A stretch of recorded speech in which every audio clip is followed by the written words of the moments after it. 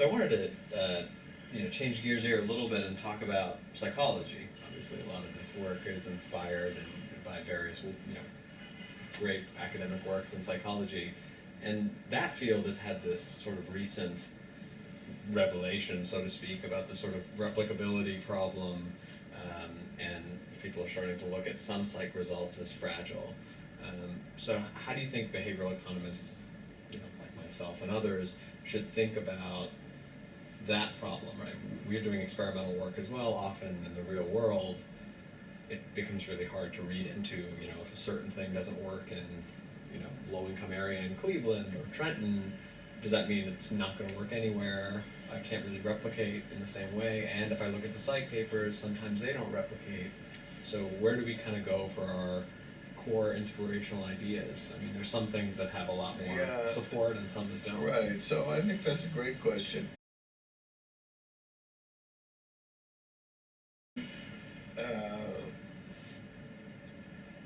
I think, Dustin Hoffman in The Graduate, had plastics. That was the answer to all. My version of plastics is effect sizes. So there's not a replicability problem when there are huge effect sizes.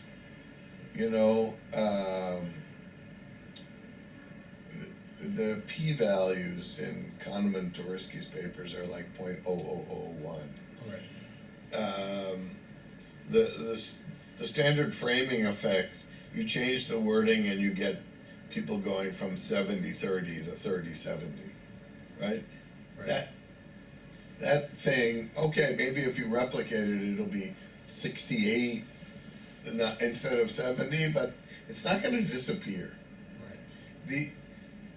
These phenomena have what Danny and I refer to as demonstration quality, meaning you can confidently go in your class and replicate it in real time, and it never fails.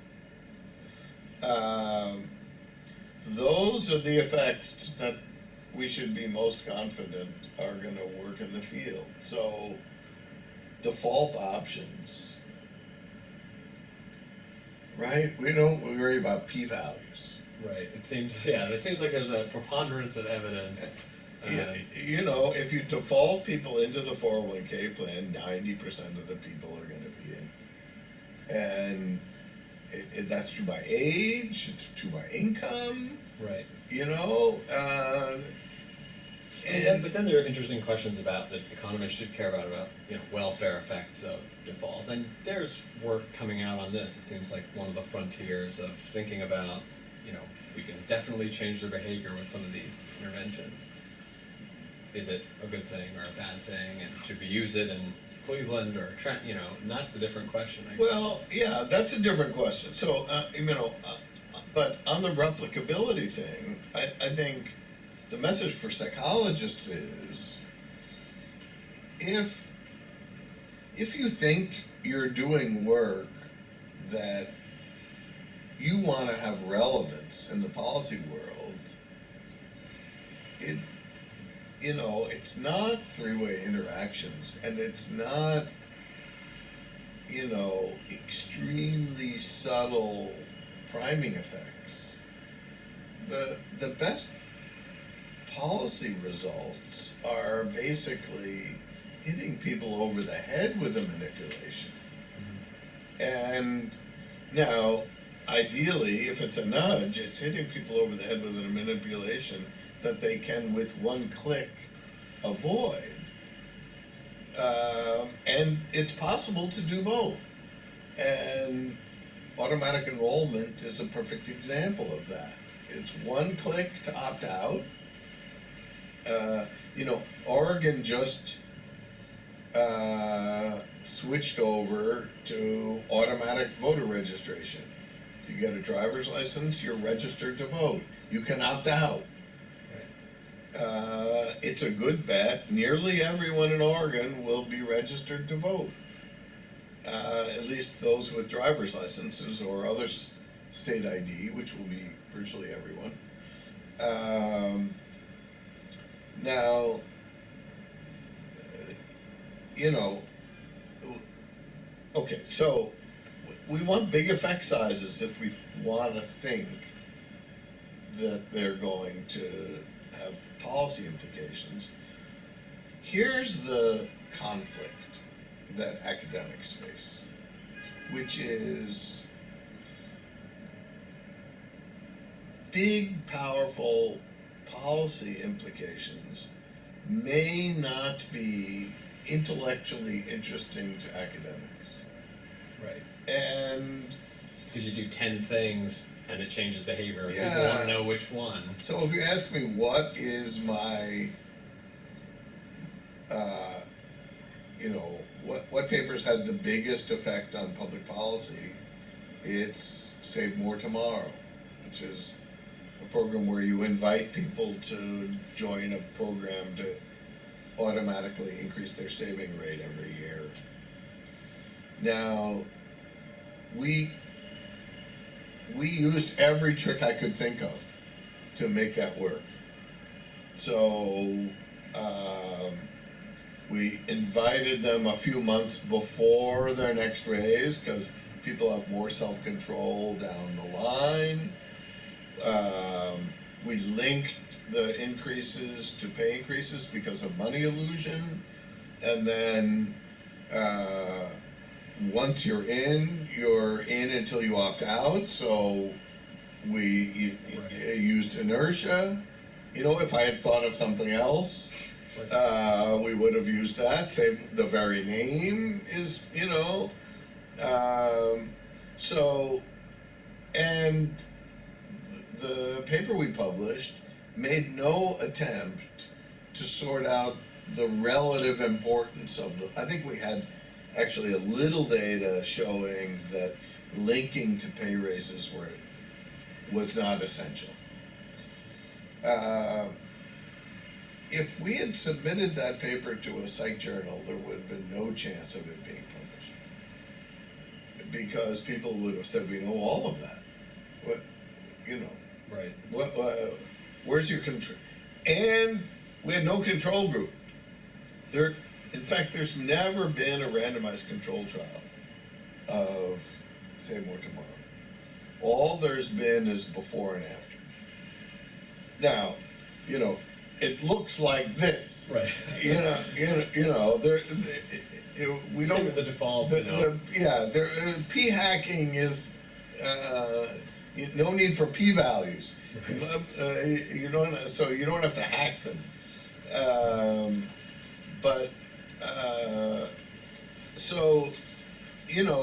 The people that do experimental development economics have struggled with this problem for 20 years, which is what implementation would do the most for the poor people in the country where you're studying versus which implementation would be of most interest to the journal where I want to publish it. Yeah. And those are rarely the same answer. And this is certainly something that young behavioral economists deal with, let's say. And psychologists, Sure. right. And look,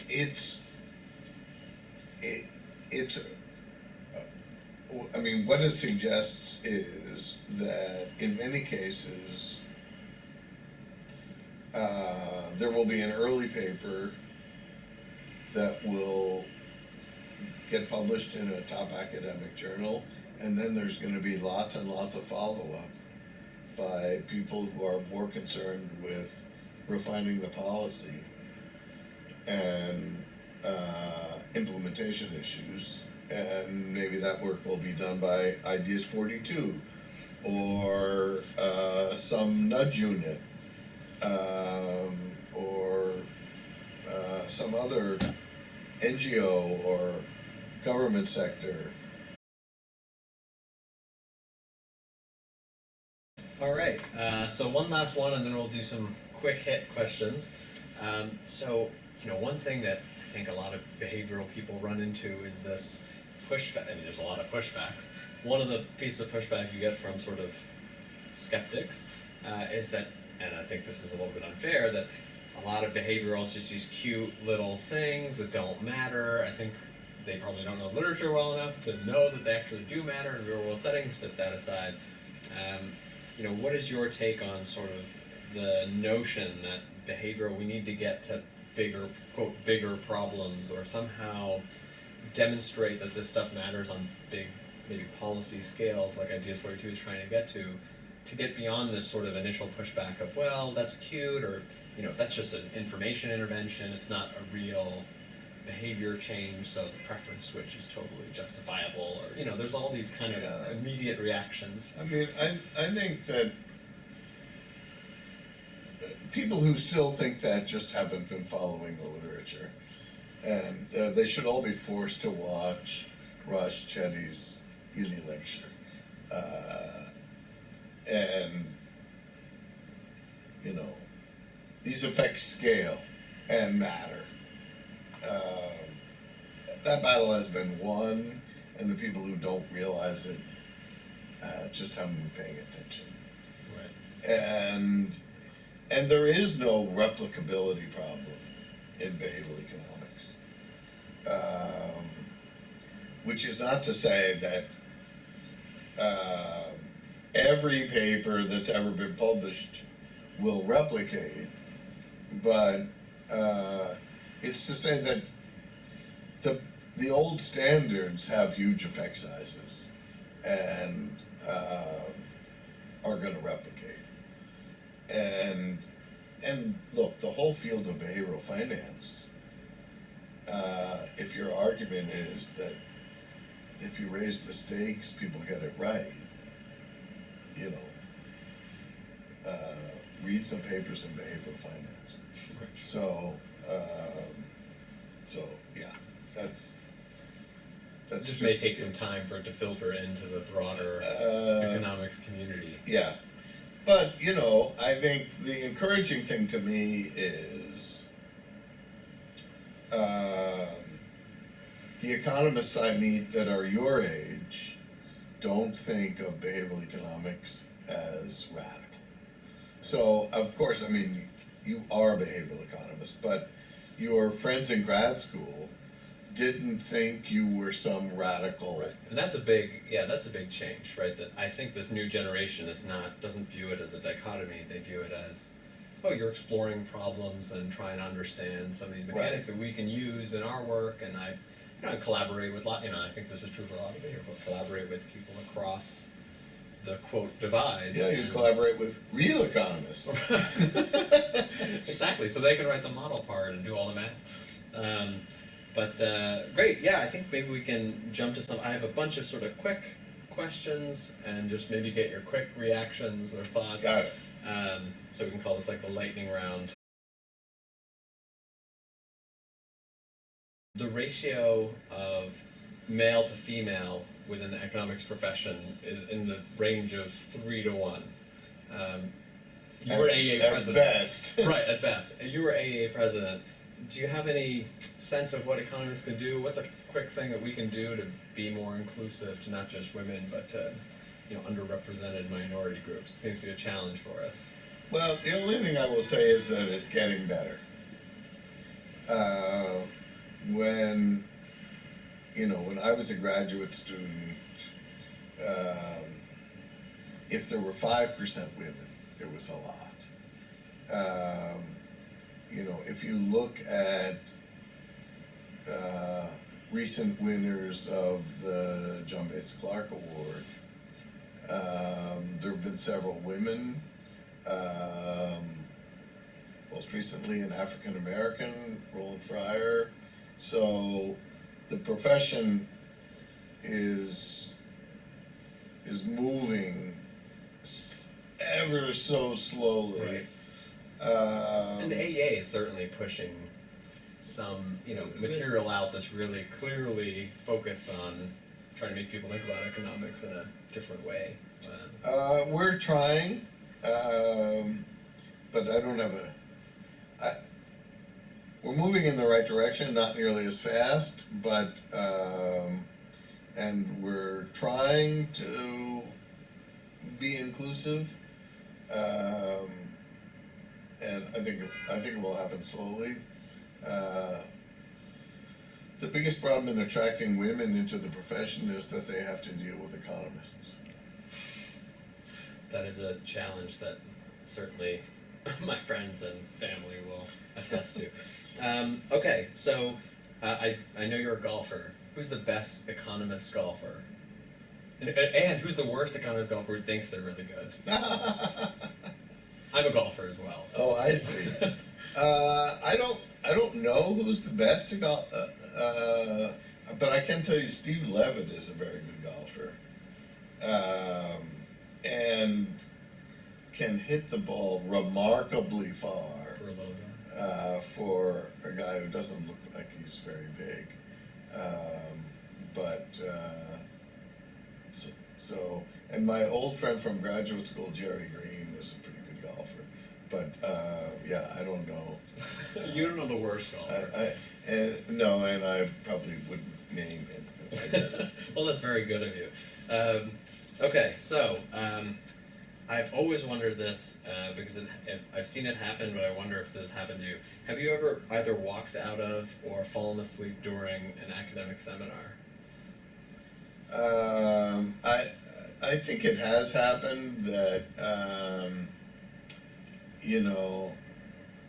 I get an urgent text or phone call in the middle of a workshop that happens to be But you've never walked out excessively bored. boring. Oh. And I think those were almost certainly coincidences. But you've never fallen asleep. Well, I don't know. You'd have to ask my colleagues. All right, well, Because I'll I check might it not out. have known. All right, so what about a young economist who you think is the best bet to win the Nobel Prize one day? A young, doesn't have to be behavioral.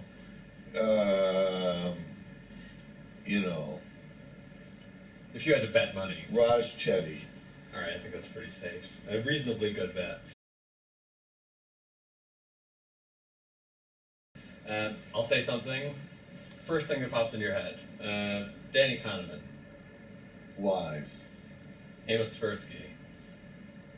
Sharp. As if. Bullshit. Best behavioral model. It's a hard one.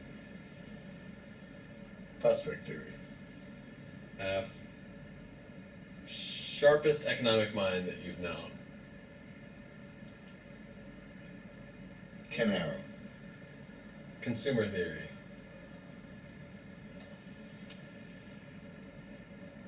Don't know what it is. Eugene Fama.